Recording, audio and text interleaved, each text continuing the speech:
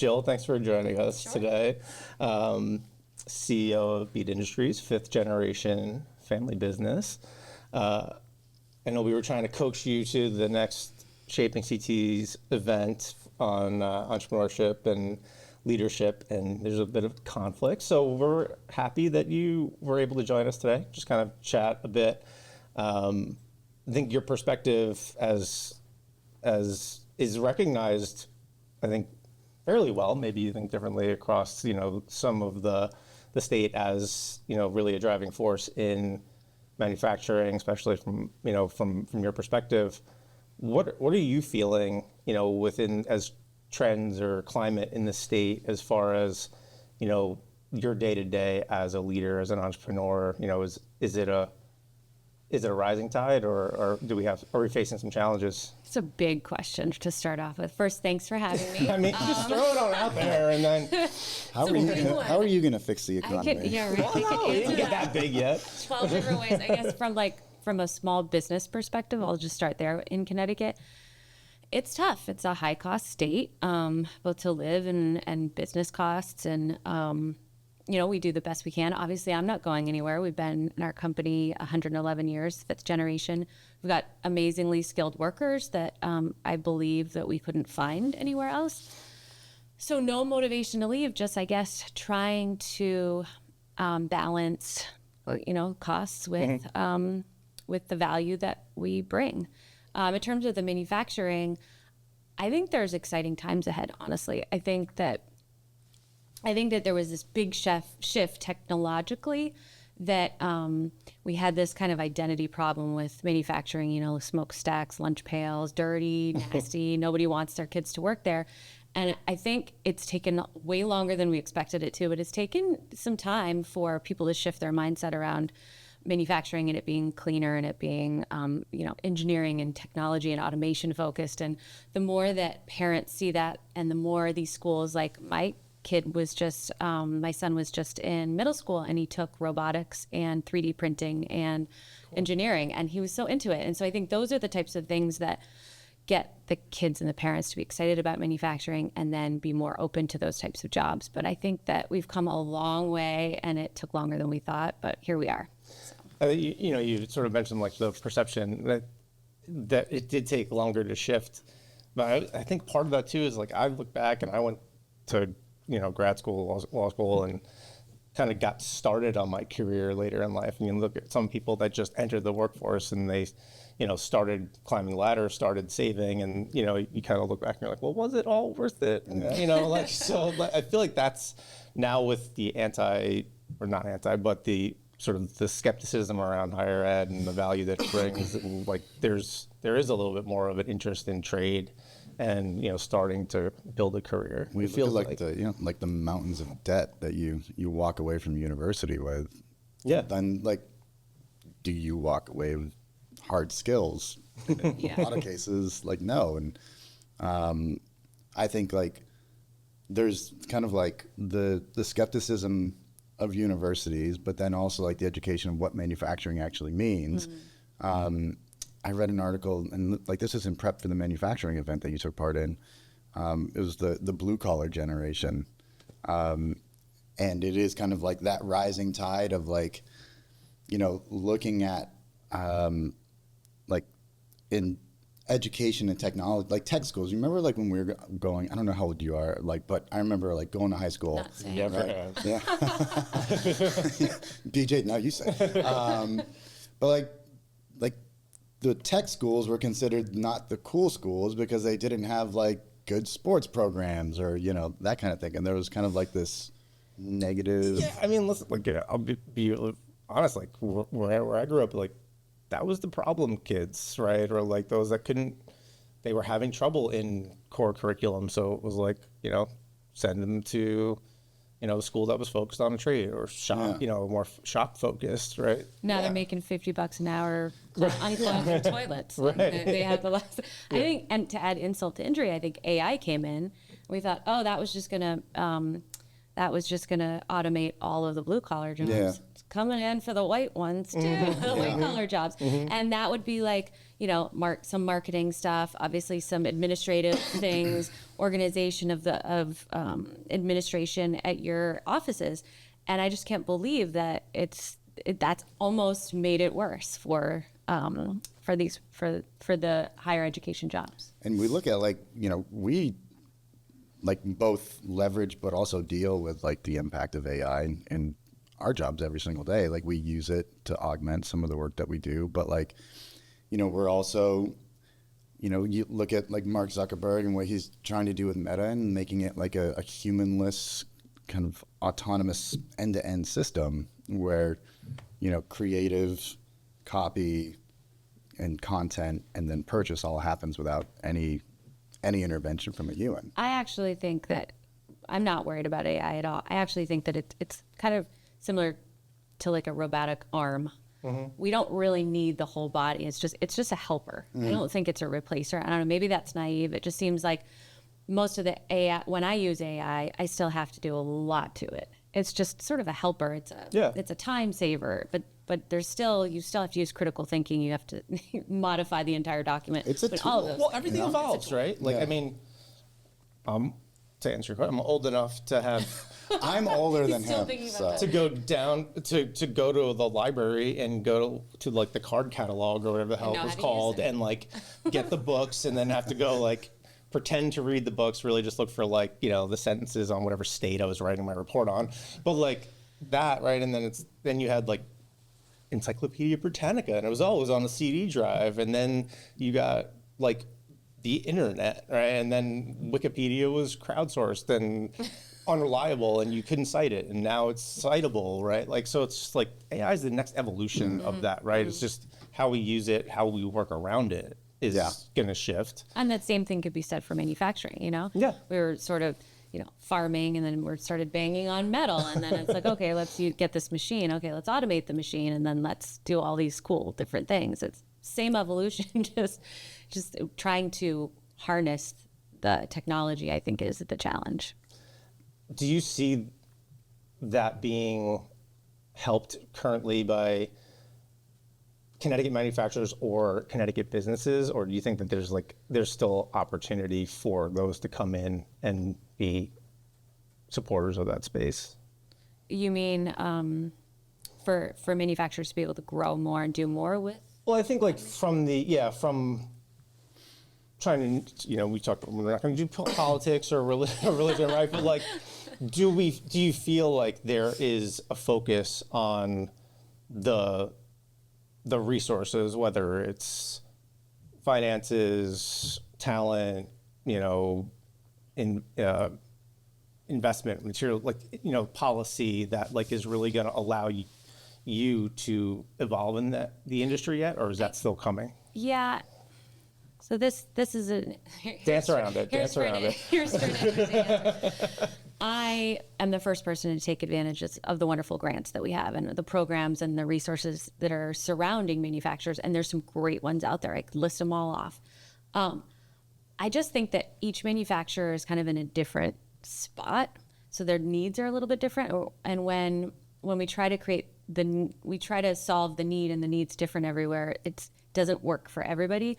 I'm an advocate of just having a lower taxes so that we can use the money how we see fit. Maybe it's equipment, maybe it's expansion, maybe it's automation. I don't know, but sometimes the grants are very specific. It's a one-to-one match, and you got to use this, and you can only use it here. And then sometimes that's frustrating for me because it's we have specific needs. We're in a very niche manufacturing company, and I know I have lots of colleagues that have very particular things that they need. Mm-hmm. So that would be best. But I think if that's not an option, which it doesn't usually seem like it is, then, some of these technology grants have been wonderful, especially when you can use it for whether it's ERP or, and not necessarily equipment and machines, because there's a lot of manufacturers that still have their systems, their background systems still need to be overhauled. Mm-hmm. And it's daunting because it's you've got 20 years of data and metrics and all this, or Excel spreadsheets going here and there, and you're trying to make sure you're getting your product out the door on time. It can be a lot. Or even if you get the grant, right? It's do we have the current climate where that talent or the business that you need to rely on to bring in that capability is going to come to the state, right?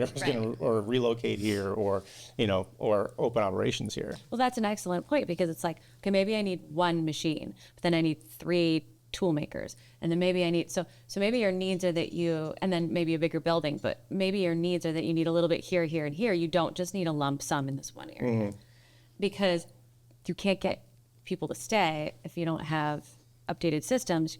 It's very costly to update all your systems, so you're going to be spot upgrading them, right?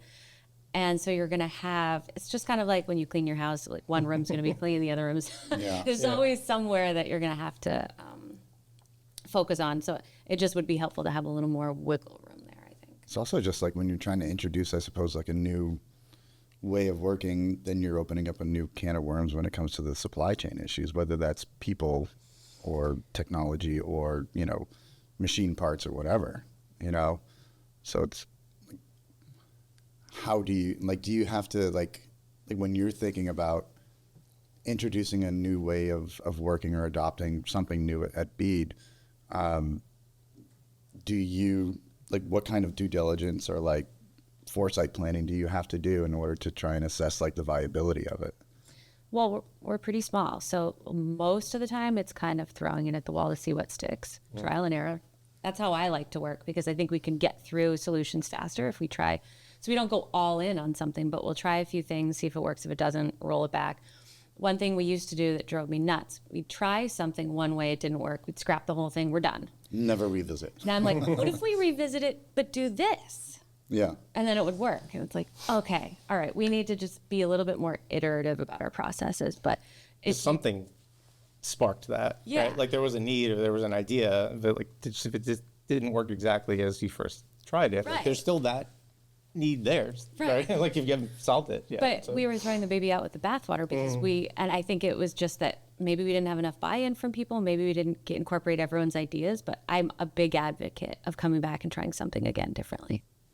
Do you set up kind of like a champion task force, like people who have already bought into the new idea in some way, shape, or form, in order to kind of help push iterations of it, as opposed to previously just throwing the baby out with the bathwater? Or how do you do that? I think it was just one of those things where we would just say that didn't work at all. And I know that everyone's got a bad taste in their mouth with this. But would you be willing to try it? But we do this instead. And then I think we have created a culture where people are. I mean, we've got a bunch of engineers, a bunch of creative folks. I think we have a culture of people that are willing to try something to see if it works, because we don't have a lot of bandwidth or resources to evaluate a solution, make sure it's absolutely perfect, and then execute. So we have to be iterative. Yeah. Was that a culture that you had to kind of instill when you took over as CEO, or Yeah, I think a lot of instilling that culture was buying time from other places. So we used to have meetings where there was 1,000 people in the room and 2 people needed to be there. And I think it was just... That never happens here. I think that was just an easy way of getting everyone in the loop. Yeah. And it's like, okay, we have email now, so you could just see folks. But and then now we have AI, so we can just send them an outline of the meeting. I mean, it's just even easier. So I think it was just carving out extra time to do that sort of, trial and error type process. I mean, we're right now in the middle of really figuring out what the next big thing is for Bead Electronics, because we have this long hallway with a wall full of patents, and our last patent was 2010. So it's 100 years of patents, and then it's 2025. What's our next thing? What are we doing? What was was there a previous kind of every 3 years, every 5 years, or? I think it was that a customer was looking for something and we figured something out, and then we were like, wow, we could do this. And other places, let's patent this. That's so it's just derived from market demand. Yeah, exactly. Do you think that relative dearth of patents has been because of there hasn't been a demand for something new? That's true, or we're not in the new places. You know what I mean? We're not in drones, we're not in data centers, we're not in. We were in fluorescent lighting. We went to UV, so we started doing some light UV sewage treatment lights, or types of cleaning sanitation lights. But ultimately, the fluorescent light, that was a big reduction. And then with automotive, we were in a bunch of random applications. We did eventually get into sensors, and obviously with the autonomous vehicles, there's more sensors. Right. So the more sensors there are, the more pins they need, and that's great.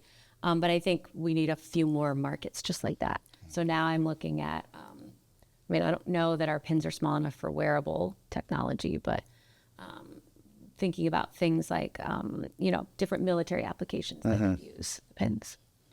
Yeah, I was going to ask you about like how much of it is driven in like, innovation around, okay, this is another ask similar in the past, but there's slight differences. So we have to figure out if there's a new way to do it versus you're out really kind of defining a new solution for the market. And Right. it feels like you're potentially just the nature of the business. You're a little bit caught in the middle because you kind of have to see where the trends are going. Well, it's like we absolutely are, but it's like, do we push on the process of how we make the pins? Do we improve our capabilities on the technology side, or do we improve sort of the markets we're going after and the way that we present to those markets? And I think this latter would be the easier.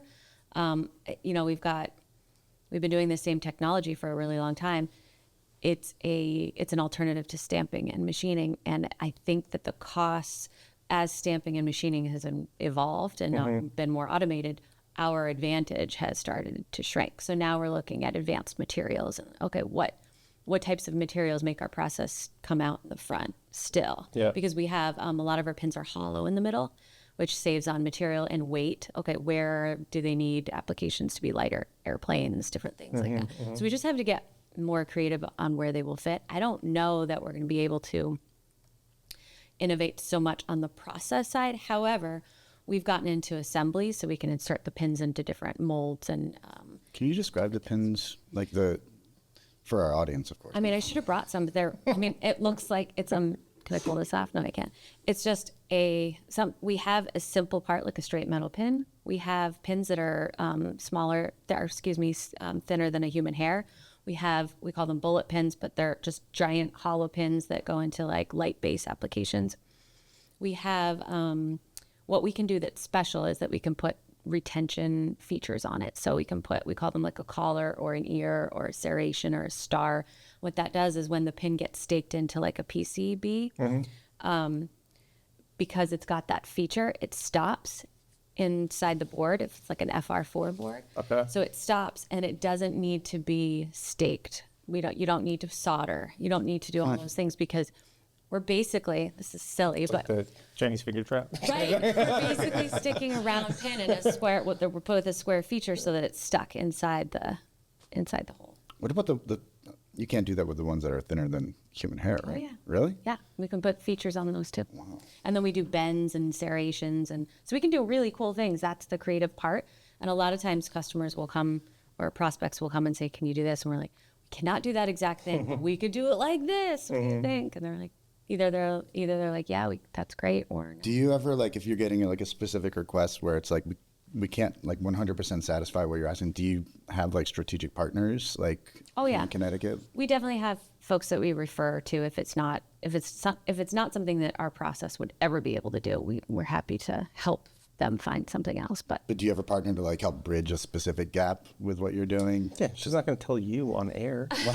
We have partners. Tell me who the company is, how much those deals are. We have companies that we do send, and they do the same for us. I wouldn't say it's larger volume that happens. Okay. And then so like the big standard pin houses like Amphenol and TE and Molex, I don't know if you've heard of them. They pump out like very standard pins and standard applications, and they just pump out trillions of them. We take the crumbs that they don't want because we're doing custom, they wouldn't set up a cell that was large enough to do a volume lower than say 50 million. So our sweet spot is like 1 to 10 million. We make about 1 million bins per day. Yeah, right. I was going to say that. Yeah. Sounds crazy. But, so what about like, I don't know, as you were talking about like thinner than human hair, my mind went to like nano. Or, well, Which it isn't, by the way. We can't even be in cell phones or anything like that. Well, okay. because I went to like medical device, like pacemaker, like or things that like is that an area of potential growth? I just think of like Connecticut, and we have universities and Yale and bio research and medical research. So, Absolutely. We sell to some test probe companies. We sell, I think our pins were in some of the ventilators during COVID. But it's not a huge volume. I think there's sort of pockets of excellence. So we just hired some more sales folks, and what we're doing that we haven't done before is really digging into a lot of those markets and really flushing them out. So should we spend a lot of time in this particular market? Yes, great. Let's add more. No, let's rule that one out.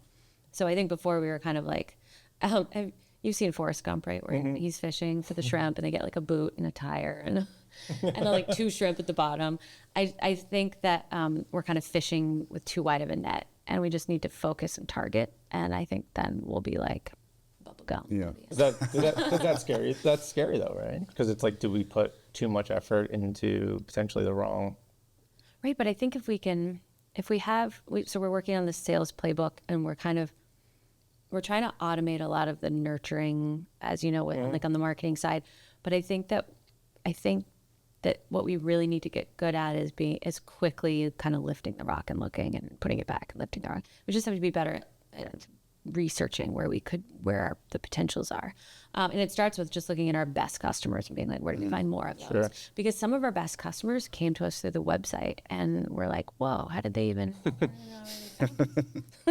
Let's do more of those. That's good SEO. Well, because I mean, like, I'm assuming that like if most manufacturers are going to have their partners, right, they've worked with for years, right? So like you're probably getting like the specialty, because now they're like, okay, we need this specific need. So it's almost like, how do you go from specialty to, we're so good at this that the common is no problem, right? Yeah. Versus like the other way around, where they're saying, oh no, that's going to be too much of a premium, give us the volume stuff.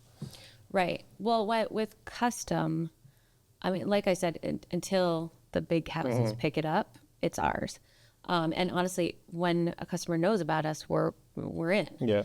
It's just finding those kind of the pockets. Like one is like industrial agriculture, like equipment. So it's like planting certain space and certain depth to yield the most crops. Well, our pins are in one of the controls, and it's like, okay, well, if we're in this awesome, and even this company is very niche-y. So it's not like it's not like it's Caterpillar, right? Right. It's so it's like we're a niche company selling to other niche companies, and just trying to. Gotta go after Canada's market now. What's that? Canada's market now. Yeah, exactly. Oh, I didn't even think of that. How do you like approach it from a geo perspective, I mean, we export 40% of our pins. Huh. So I mean, there's companies in Mexico and Europe that know about us, and we have plenty of customers internationally. It's just that goes back to the wide net that we've cast. Right. Like, it would be easier, honestly, if we were, domestically, or we were specific and we could just go. We're really great in this state of Illinois. Let's go there. Yeah. But we're not. I guess there's because we've done podcasts with different company owners who are just adamant about we're staying thin and going narrow and deep, right? Or those who are obviously broad and not so deep. So do you think you're going to kind of settle on one approach or the other in the future? How do you kind of? I think we're gonna get good at this, and then I think we have to always be checking, because like we were mentioning earlier, it's like the market at the time might not have worked well, and maybe it will later. So we just have to get really good at kind of combing the desert. I just thought of Spaceballs when he's using a pick. I like tying it back to movies. I would like to use a large comb to comb the desert. We should start it with a reference to a movie, then introduce the concept. That would make it stick. So how does your I think in a fairly prominent position within manufacturer CT, and then there's Constep and other organizations. Is there kind of collaborative dialogue that's going on to kind of discuss some of the questions and the answers that you're trying to find with like lifting the rock. Like, do you guys kind of come together and discuss those best practices? Yeah, I mean, one of the things I like about like a manufacturer CT and a CBIA is that you're rubbing shoulders with other manufacturers and talking about your challenges and sharing what would work and what you've tried. And and as we look into different industries, I feel like I've got a network of folks in those industries that I could happily reach out to and get some help. So, and we're always sharing insurance folks, or this guy's really good, or this girl, help me out. So there's definitely a sense of community there that I love. And sometimes it's just venting about the challenges we're all dealing with and feeling like you're not alone. Right. And it's very, when we first moved to Connecticut to come and take over the family business, I didn't know anyone, so it really did feel like I was kind of building relationships first, and then they formed into like, okay, they're happy to be resources too, and that's why I got involved even more so and continue to do, is because I see folks coming in and not really knowing where to go or who to talk to, and I want to be helpful because people were so welcoming and helpful to me. I think the manufacturing community is really tight knit here in Connecticut, and thank God, because we need all the help we can get. Yeah. And Paul Lavoie, he was obviously a great ambassador, and now he's stepped out and there's a void. Yep. Who's going to fill it? Maybe. Put your resume in. I've got way too much work to do. You got too much work to do. Well, I think that's cool, like the whole, like that sense of community, and, I think like there's like people in Connecticut as a whole have like a little bit of a healthy chip on their shoulder, which I think allows us to kind of like band together to solve a common problem, like whatever that is. Right. And I think that kind of enthusiasm like may not have existed 10 years ago in order to do that, but you're seeing kind of like, I feel like this groundswell of like, unification and saying like, actually, let's figure this out and sort it, because we've got so much talent and capability here. So yeah, it's interesting. I don't know. I mean, the organizations to a certain extent have been around for a while. I think conversations were smaller, and maybe just because of shaping and connective, and see, like we've kind of joined the conversation a bit more. So it seems like it's more powerful, but it does certainly seem like there's a louder conversation than there has been in sort of the last couple of years starting to form. I think there's a little bit of pressure now with, reshoring in the U.S. manufacturing. I think we're all pretty hopeful that I know there's some skepticism. Can we innovate fast enough to support the reshoring efforts? I think we have to, right? Mm-hmm. And sometimes you need a push and to motivate to go faster on something. Like, so if I'm just implementing technology at a reasonable pace, it's like I'll get there when I get there. But if there's pressure, we're going to rise to it. And I think that there's pressure with the reshoring and expansion, doing more with less. Companies, I think, are expanding, and they're expanding their capabilities, their technology. I don't know that they're able to necessarily expand their labor force. Right. So we have to figure out how to do it faster, better, stronger. And that's the key, though. Like what you just said is like we have to figure it out, right? And someone who thrives on change and is involved in those conversations is, such as yourself, is likely going to find a way to do that. Like that. There's opportunity when these things, when pressure happens and when these shifts occur, and you can be on one side where you're saying, like, where's the support? I can't, we can't do this year. Too many taxes, not enough money, not enough talent, not enough this, or you figure out a way to sort of still thrive. And yeah, I mean, we can complain about it. Yeah, sure. But that's the other you can do that for the first couple minutes. Well, that's the other thing that I think, again, Connecticut has an advantage on. There's a lot of family businesses here. Mm-hmm. They're not going to just close up shop. It's the family legacy. It's like, okay, in 5 generations, it's gonna close up on my watch? I don't think so. We're going to figure this out. And I think there's lots of family businesses that I'm aware of that's not really an option. Mm-hmm. It's not like, oh, well, let's try something else, or I think I'll go work at another company. So again, the tension, that pressure is a good thing if you can use it in a positive way, I guess. I wish I remembered the examples, but I was like, it was a... Name the movie first, reference the movie. So no, it was a LinkedIn post, and it was like, historic brands that didn't start as the brands that they were, was like Louis Vuitton was, he made boxes and then like, whatever it was, right? Like just like these random things. So like I was kind of put you in the spot and say it's like, well, we started with the chain in 100 years, right? Like what, you won't know. But like what's no. I don't know, whatever we need. I think cannabis and AI. So I'll ask you, all right, I'll come back. 10 years maybe. But so it's like, well, if you look back on the evolution of the company, have there been points in time where you could sort of say, oh, that was a pivot point where if we did do that, or we could have done this, and do you sort of use that as a bit of a benchmark when you're considering how you're going to push for the future? Yeah, and I guess when you said that, the first thing I thought of was the team that you need in place to even have that discussion. And if you don't have like the right people, the right leadership team, and the right mindset, you can have a fabulous idea to switch from boxes to purses, and you're not going to be able to execute. So that would be that was the first thing that came to mind, and I'm like, yeah, we could definitely do that because we've got a phenomenal team now. Yeah, and like that's the thing. Like, great ideas are just those until you can get people who can turn them into action and into things. So I didn't really have a point beyond that, but that was nice. But thanks. Now name that movie.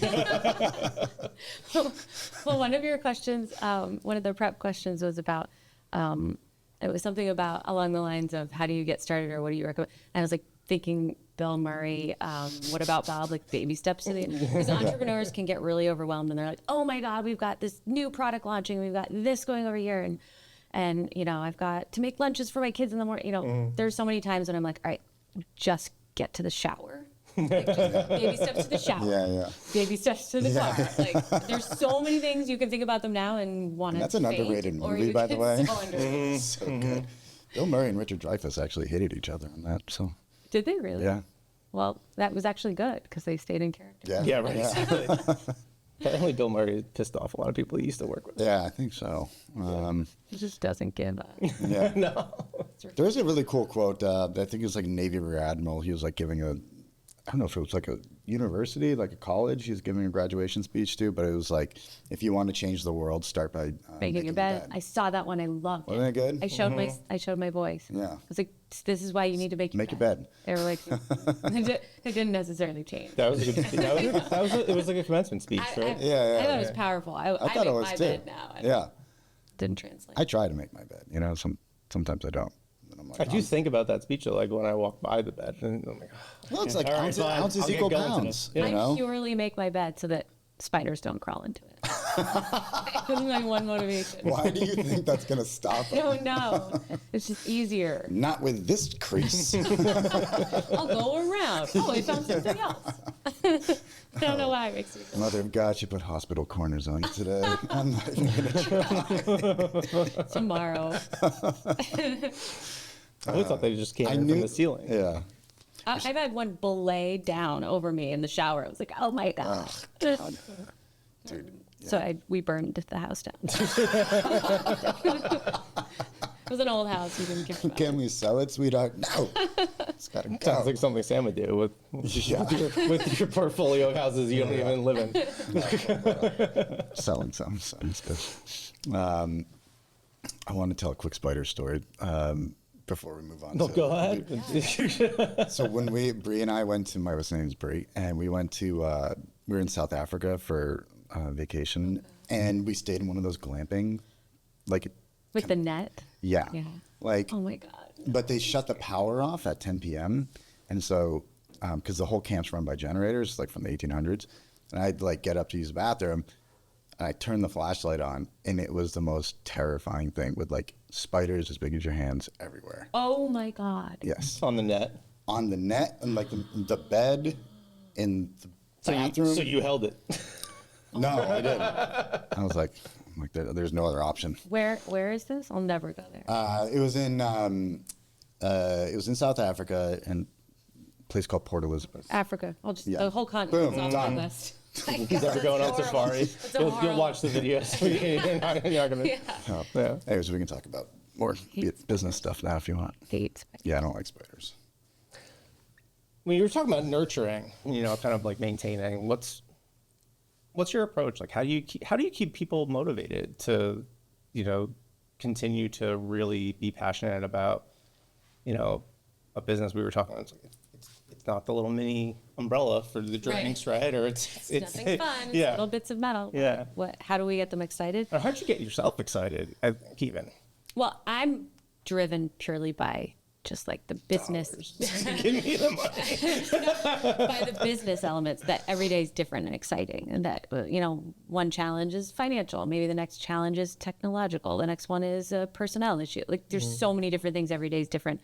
I get excited about just variety and challenges that I'm not sure we can overcome. And then we do. And I just feel amazing. And I think that we have like-minded folks at Bead.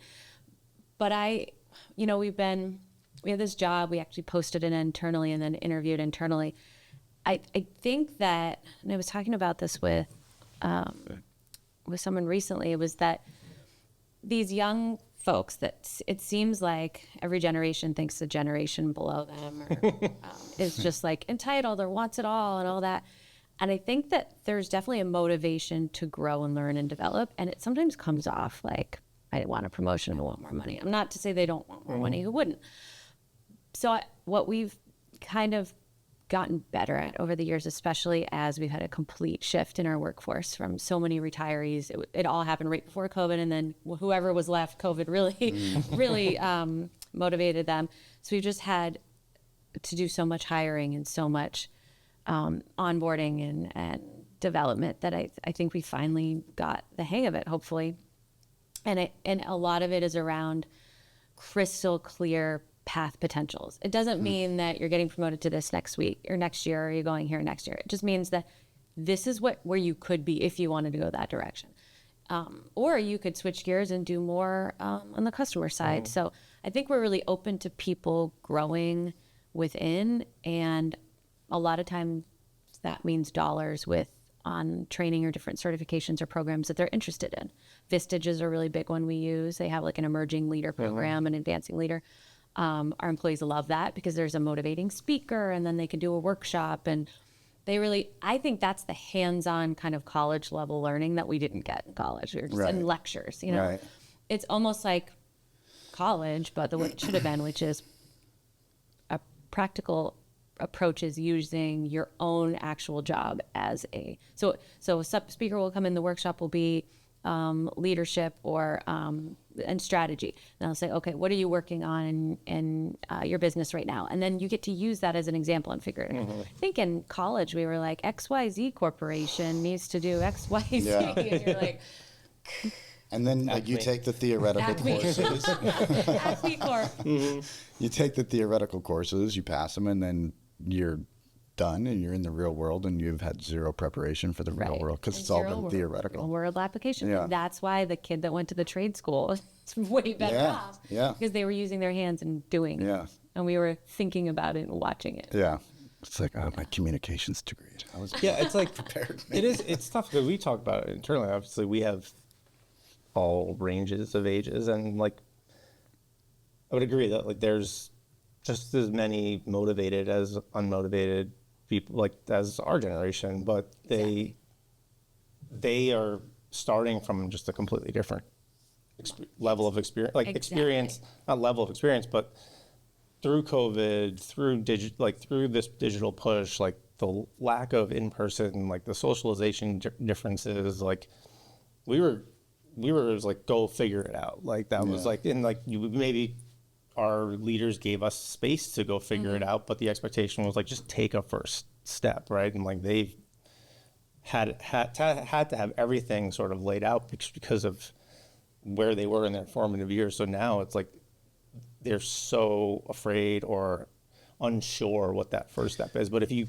kind of give them that direction, many are willing, right? But it's just some see it as, oh, they're entitled, they expect you to do it for them.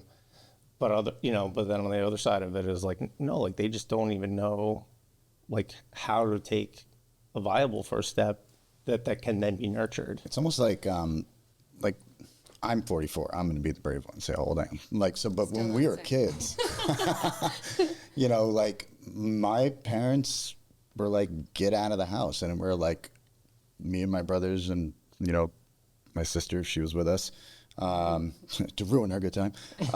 Like we'd be gone for like for 6 or 8 hours, right?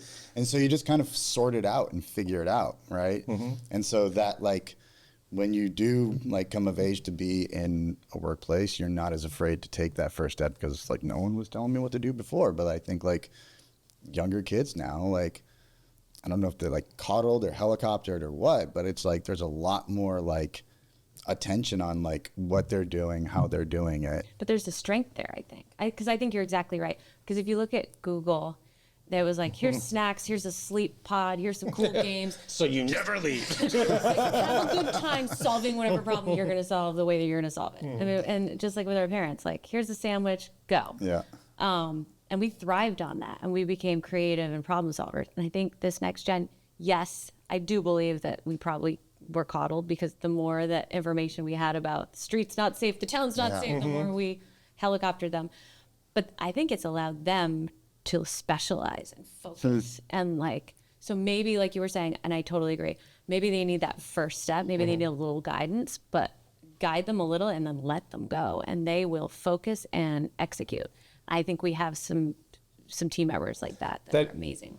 Someone we were talking about, it was like that is like there were cycles, and you sort of said like when we were sort of starting to formulate like our opinions on like compared to our parents to just like let us go run amok, right? Like, and we didn't have cell phones and we weren't connected, like, and when we were starting to formulate like our perspective on like how we would be as parents or, you know, adults, that was like America's Most Wanted was like the #1 TV show, right? Like, Are You Afraid of the Dark? Like horror movies kicked in. There was like remember the heavy metal that had like subliminal Satan messages, right? Like all of like this, like all of that came, right? Like there was the How to Catch a Predator, and like everything was like, we were conditioned to think the world was like gonna hurt them. So then there was a little bit of helicopter and a little bit of like trying not to be absent because both parents were finally, you know, starting to work and whatever else, plus COVID, plus this, plus that. And like they literally are like little, you must like, be protected. Bubble. There's spiders everywhere. Yeah. It's so true. Yeah, but like, I mean, you know, the before 43, right? But so we had like, you didn't know, oh, no change, no cell phone, like done with practice or whatever. How the fuck am I gonna get home? Right? Yeah. It's like, okay, like problem solved. Right? Yeah. It's like walk, ride the bike. Oh, like payphone. Let me call. Like I used to call my parents collect, and when they're like, oh, who's talking? I'd be like, pick me up at school. And then, well, now it's like I want a helicopter, like my girls especially, like when it comes to like what they're like. I don't give them Kindles or anything like that, but it's just like when they do. Well, I mean, But it's kind of terrifying. Like the online world seems much more dangerous than the real world in a lot of respects. That's why I'm happy that the metaverse has slowed, at least for the time being, because I did not want to have to like try and figure out a whole other. I don't even know our society, let alone like a purely digital one. Yeah. Well, like here's another advantage of why the coddling is maybe better. It's almost like the generation did the best they could, right? Like we did better than our parents, or we're trying to do better than our parents. And our parents definitely did better than their parents, at least mine did.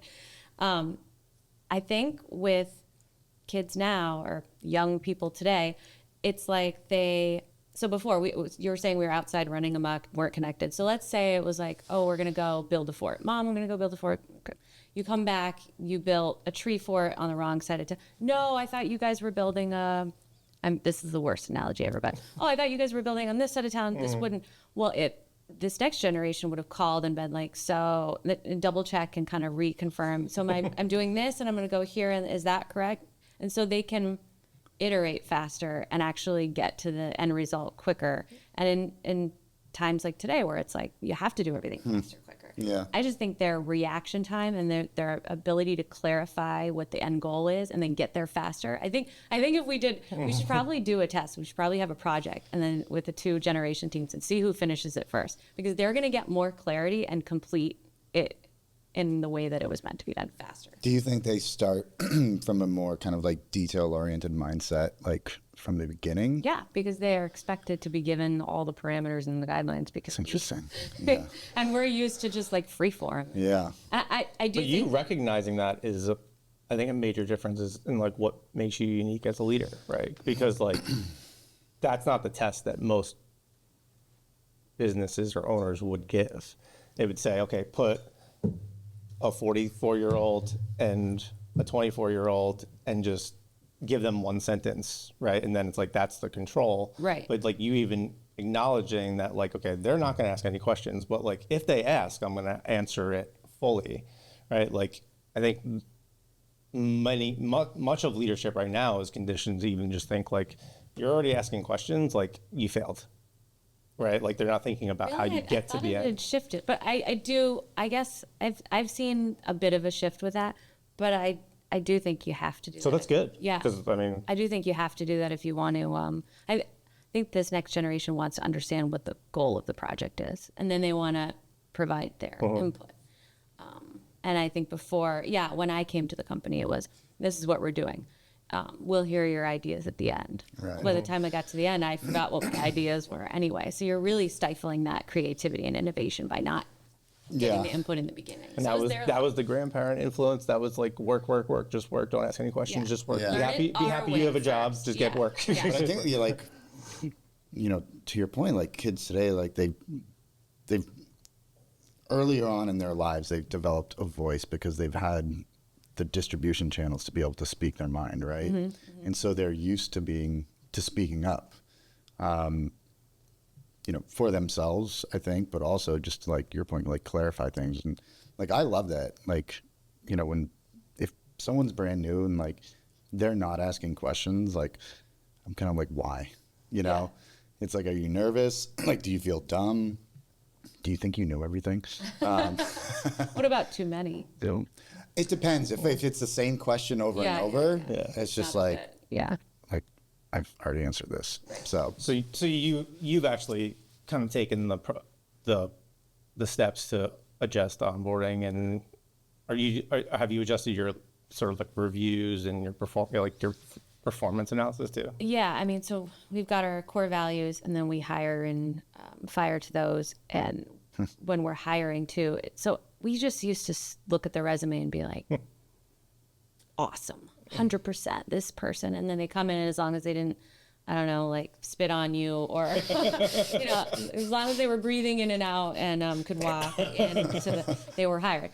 But now we do like a culture index assessment to try to understand what their inherent behavioral traits are, so we can see if it's not really like extrovert introvert thing. DISC? It's different, but it's more about what their natural tendencies are. So like if they need a lot of data to make decisions. So if you need a lot of data to make decisions, you'd be excellent for accounting or whatever. If you need a lot of data to make decisions and it's customer service, that's actually middle, but there's jobs that it's just like, you're not going to get all the information and you're going to have to figure this out. And if you have somebody that's on this side for data needs, that's not a good fit. So it's really not a perfect solution, but it is narrowing the gap. And then we have them come in and do like kind of a presentation on what it is that they'll be doing. Like if it's a salesperson, we have them come in and sell us Bead Electronics. yeah. It's really funny because they'll come in and Sell me this pin. Yeah. That was good. It was a really funny interview, but I mean, it was. Have you used that, by the way? Oh yeah. To sell me this pin? yeah.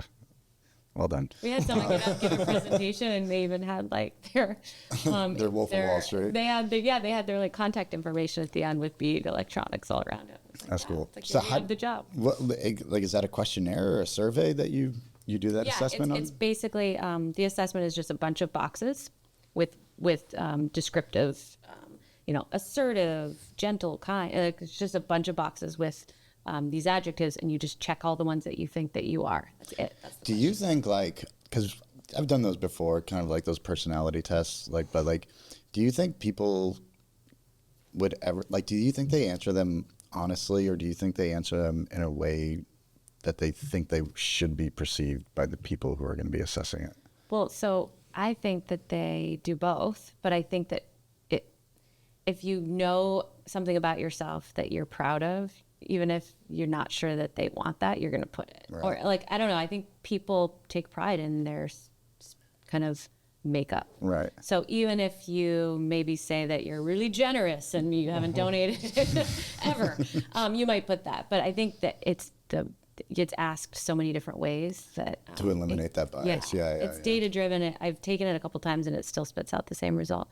But it seems to work. I believe that you can definitely game them, right? Like if you are in that mindset, I think it's all situational though, right? Like ideally you're trying to put down the cultural fit, or if you say like, yes, I'm motivated, I'm a self-starter, I'm type A, and like you answer all those questions because you assume that they want someone that's gonna be, sort of extremely driven and over the top, and then you're having a conversation and you're like, I mean, they're probably already aware. Yeah. Right? Like if they're aware of the core values, like maybe they try and skew that too. Well, the core values are just like accountability, which is really kind of own what your role that's is. true. But if I was a salesperson and there's words like persistent or, go-getter, of course you're going to check all those things. But there's also like the wrong sales profile where it's like if there's one, it's called daredevil. It's like you do not want that person making really risky decisions in your organization or trying to sell anything to anybody, and then that's not what you do. Yeah. So, I'm sure there's ways to game it, but I feel like it's helped shorten our, it's helped improve our success rate on hires. I mean, it's not a game changer. When did you implement it? It is a game changer is what I meant. We implemented it last fall. Cool. Yeah. So we did it with all of the folks in our organization and then any new hires, and then we try to get a match. And then you're seeing, I'm assuming, because you're talking positively about it, you're seeing better retention, better performance, and data still absolutely. out. Right? Yeah. And then we've got our entire team using that tool. So if we're hiring customer service or accounting support, our employees are using that and they're finding that, okay. So we had somebody who asked a lot of questions over and over and over and was really bugging one of our employees. I was like, we really need someone who's like a little bit takes initiative and kind of figures it out. Or we'll take all the questions they have, pull it up, and then at the end of the day, maybe get you instead of coming in your office all the time. So we put together the profile that matched that type of person. So it was working. That's interesting. What about like when it comes to like having the best like client profile, like because there's good clients and there's bad clients sometimes, right? And sometimes you don't figure out the bad clients for a while, later, right? But is there kind of like any upfront assessment that you do to kind of figure out like, are they going to be a good long-term fit for us? So I don't know that we do that. We obviously have like our customer application where they fill out credit terms. So as long as they pay and they want what they want. But do they have money? That's but I would say if they're always, upset about a price increase or whatever, it will work itself out with margin. If the margin's just shrinking, we raise the price if they find something else. That's fine. Usually they don't. Yeah. We actually just implemented a price increase across the board for the first time ever, because I think there was this big fear amongst the team that we would lose a bunch of customers. Yeah. And so then over the years, our costs are going up, but we're not increasing the price at all. And I think we really had to have a group discussion and just say, look, our product has value. We're making a valuable product here, and it's not about cost and price. And I mean, obviously, we don't want to price ourselves out of the market, but if we feel that there's value and the customer feels their value, how come one customer is paying this and another customer might be paying this? A lot of times it's the material or whatever. It's not like they're unfair pricing, but it just seems like we were not confident in our value, and we had to sort of give ourselves a pep talk. We implemented the price increase, and all was well. We haven't lost a single customer. How did you communicate that to your clients? We did a letter, and then anyone who wanted, most customers would respond why, and then we gave an explanation. We got ahead of the tariffs because with the tariffs, obviously, it's like as soon as you implement it, you have to roll it back when the tariffs go away. Yeah. And this was like we can't roll this back. We have to do this. So we had, depending on how far off we got with a customer, they had a different price increase than another customer. And then we also used it when somebody was really upset and they were a longtime customer and we really wanted to salvage the relationship. We'd say, okay, well, 3 months from now, and then if you have any orders you want to throw in. But I think it was a real shift for our team. How did you get buy-in? Like, how did you just, or did you just say, this is what we're doing? I think, I mean, I said that, but we had this discussion on what's the worst case scenario, what's the best case scenario. So we kind of crunched the numbers on how that would be helpful. And then we kind of talked about, okay, if we lost this many, and we also took our top 10 customers and removed them from that completely, because we're working on all these new revenue initiatives, and the last thing we wanted to do was have, just to lose the top 10. But I think over time we can really be pickier, and we got into desperation mode, and I think we were just kind of rolling over anytime a customer wanted a down, a price down, cost down, and we had to just draw a line in the sand, and that was big for us. Yeah. It takes real confidence to be able to do that, though, because everything you read, you see like, okay, tariffs are coming, prices are increasing, people aren't spending, everything, and then, we kind of have the same conversation, where it's like, oh, they're not ready yet. It's like, well, is it a price thing? And I don't care if it is or isn't. Like, you talk about value, or, like if it comes down to that as the one thing always, then you're always on the edge. Right. So they have to see, whether it's a pin or services, whatever it is, right? They have to see that there's more value than just the widget. And to have like the resolve to stay the course, because you could lose a client, right? And then it's really easy to be like, look, we lost a client, throw the baby out with the bathwater. It's like, go back. Yeah. So to have that resolve and stay the course. When you're making kind of like those decisions where, there's that potential downside and like the inherent risk, like, is your approach to kind of like as a leader to basically lay out like, here's my intention, here's what the plan is, and here's why it's not scary. Yeah. And if it all goes to hell, it's on me. Yeah. And here's why I think it could work really well, and imagine the possibilities, and and then the other piece was that the folks that had to actually implement it are going to be the ones. It's kind of like a chef in the kitchen making the dish, right? The waitress is bringing the food. The people don't like the food. Who's getting all the crap? It's the waitress. So they're serving up this price increase, and they have to deal with the backlash. But it was me making the decision. So it's kind of like, if you have any customers who really have a problem, we're going to have a call, or we'll have a call with them. I'll sit on the call with you. We're going to talk this out. But it was just a matter of explaining them. Your last increase in price was 4 years ago. Unfortunately, labor costs and material costs have gone up. We really have to do this. The best we can do is, hold that for you for 30 days if you have any orders you want to put in. So it's like, we're trying to work with you, but we got to do this. And we're not just making this off the cuff decision. This is like, that shows the accountability that you have and the leadership that you have, right? Where it's like, I'll sit there with you and take it. It's like, to your point, you're not just like, go handle the movie time. On Game of Thrones, when the guy from Winterfell, he did all the head chopping, because he was like, no, and he would take the axe from the guy, and he's like, no, Ned. Yeah. Ned what a legend, huh? He that was a bummer. Did the head chopping. Yeah. He never delegated. Good for him. He's like, it's my crust bear. Yeah, the Red Wedding. Oh, that was before the Red Wedding. Oh God, that was brutal, wasn't it? Yeah. Fuck. Rewatch that. Jeez. So, like, I had a question.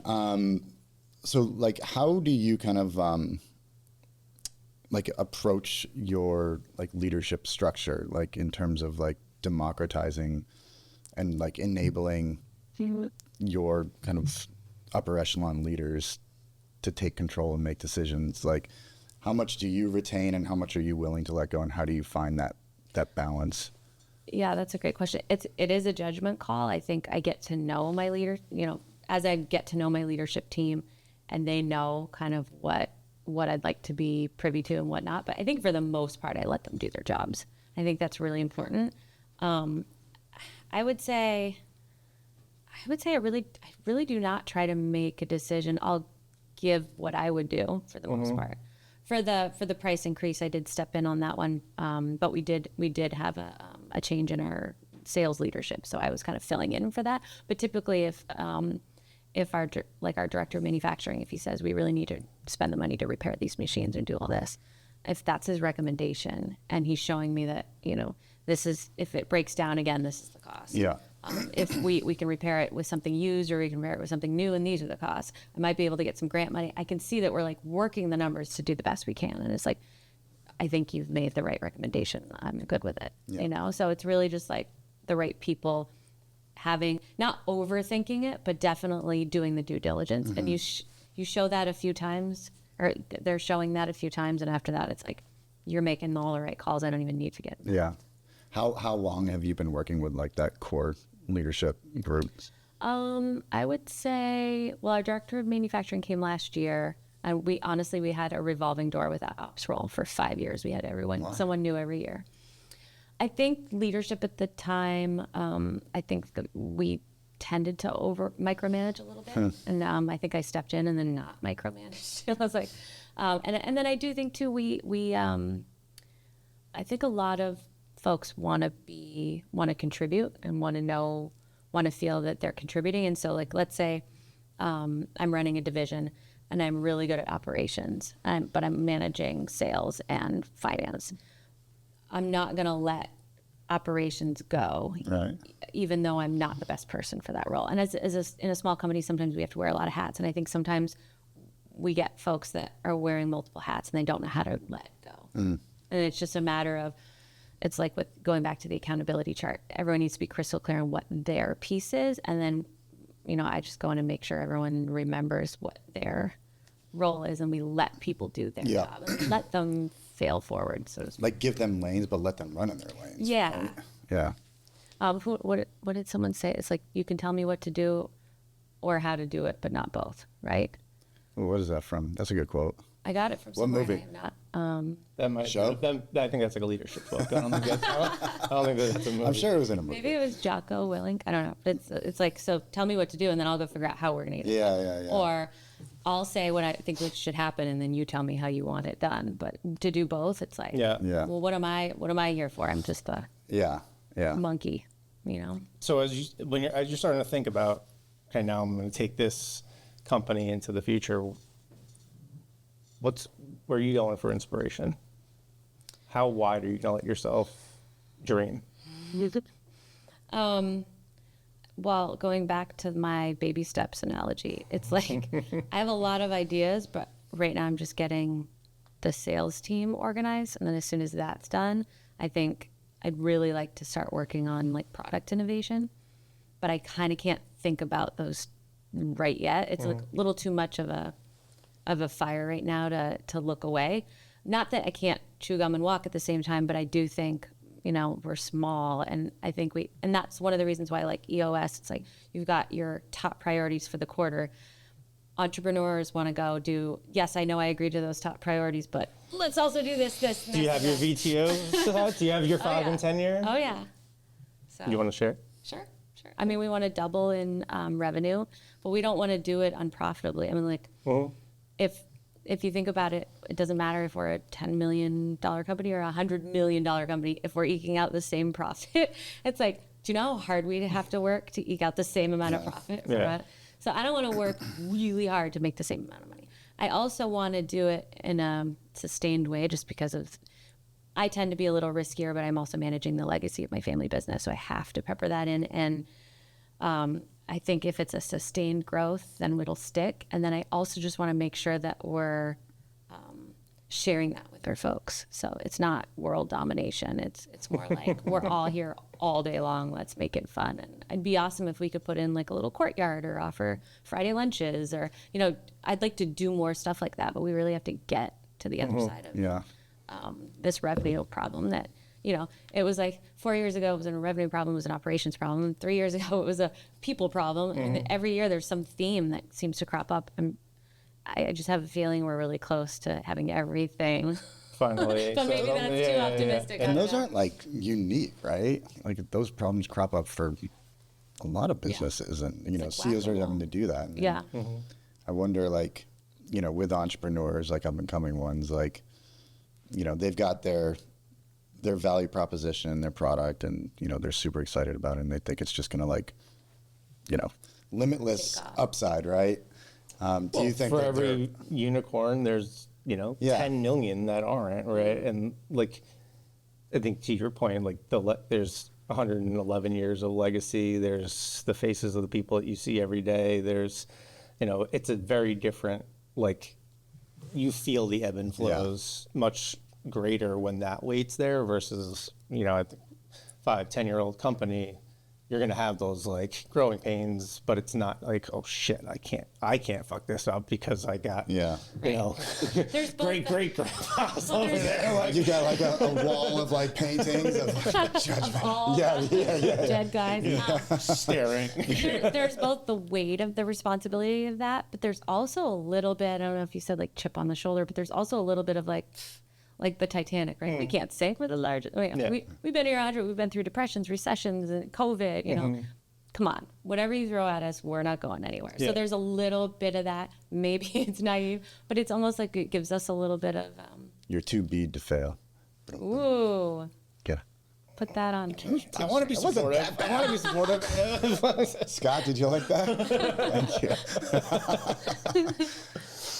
Thank you. How many CEOs of Bead have there been? That's a good question. I know, so my great-great-grandfather, when he started with his son, he was the engineer and his son was the business kid. And he was the one running the company and he was kind of tinkering. And then the next one was CEO, and then the next one was CEO, and then my dad was CEO. And I think there was a couple of iterations in between there. There was a woman named Gail. She was president of one of the divisions. So I think it's been like engineering, business person, business person. But so there's been 6. Do you maybe it probably doesn't exist, but it would be cool if each CEO was able to kind of like record what their kind of like core ethos and to see kind of like their values and beliefs over time. Yeah, we do have some. My dad definitely saved a lot of archival, historical type things. And there was one book where my dad, it was something like honoring the past but looking towards the future. And there's a bunch of iterations of that where it's like, yes, we did great, but we got a lot to do. Right. And I think sometimes when there's challenges that occur, a lot of people just say, I know we can't figure that out, but look what we did over here. I mean, that was awesome. So, I mean, we've done a lot. Yeah. I mean, so there's a shift. Yeah. But it's sort of like, that was awesome, good for us. What are we doing next? Right. And if you don't have that sort of spirit, then you're kind of just coasting a little bit, and it's going to be hard to pass the baton. Speaking of which, are your kids interested in the business? I think I've got one business kid and one engineering kid. Really? Super into cars. Oh, that'd be cool. Mechanics. And then I've got another kid who's he's very direct. He knows what he wants. Do they get along? That's a business kid. Do they get along? It's not going to be like Succession then? Oh, you know what? I watched a couple of those and I was like, it's too close. Have you not? It's too close to... It's just like when we used to watch sitcoms growing up, right? I'm 44, by the way, so we're all... All right, legend. We used to watch sitcoms of like dysfunctional families fighting. Eventually I was like, wait, why am I watching a show about what I'm living? Let's I'd rather watch like an adventure show or Love Island. I don't want to watch something that's too close to what I'm living. Like The Office. That one's good. Yeah, The Office is great. So give us some parting words. We don't want to take your whole day. Are we here, over? so- Yeah, are we over time? I think technically. Oh, sorry. We always ramble. Okay. Yeah, the movie quotes got us. They were good though. Yeah. Those worth a while. Parting words. Parting words for either, other aspiring leaders in, family businesses that may be worried about the weight of what, maybe they're not in that position yet, but, they're being groomed to be or about to be. Or the parting words for what you would want your kids to know if they stepped into leadership. Oh, I like that. Yeah. I would probably say it's all about balance and a routine.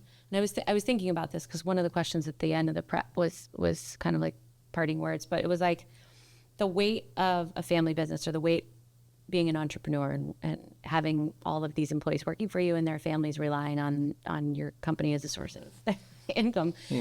That pressure It reminds me a lot of like, you know, when you're carrying like a really heavy bag and it's on one side, and it actually is crazy, but if you carry another bag on the other side, Yeah. it's a little easier to carry. It's just like, so, okay, we've got all of these people's futures, and then, okay, I'm also raising a family, and then, okay, we've got a disgruntled shareholder, and okay, we've got like a revenue problem. Sometimes I think if you make sure that your attention is a little balanced and not so, it's almost like if you just have one large problem versus a few problems, and I guess I'm not even articulating it well. It just seems like balance of what you're putting your attention on is critical to keeping yourself like upright. And for me, it's like if I overthink things, I knew from, and trust your instincts, because when you overthink things in anything, life, golf, Yeah. it's like you're going to mess up. If you put the right amount of focus and thought into something, you're going to be just as good, better probably, because then you just spin around. So I Do you think, consciously apply that from like present to future too? Like, Oh, yes. like Yes. how do I like? well, so when I was talking before, I was like baby steps to the shower. It's like the thought going through my head could be like, okay, I've got this meeting later. I haven't even prepped for that. What do I do? And then it's like, okay, I'm also thinking about we've got our quarterly. What's going to be our next target? So sometimes what you're thinking is really far out. Sometimes it's just what am I going to have for dinner that night. But if all of those things add up, you could just lose your mind really. It's like you can't read the book all at once. That's why there's chapters. Right. Or movies about the books. Right. So 3 hours versus one. Yeah. So it's like one thing at a time, and also like balance the weight a little bit. Well, thank you. Yeah. Thanks for having me, guys. Yeah, this is awesome.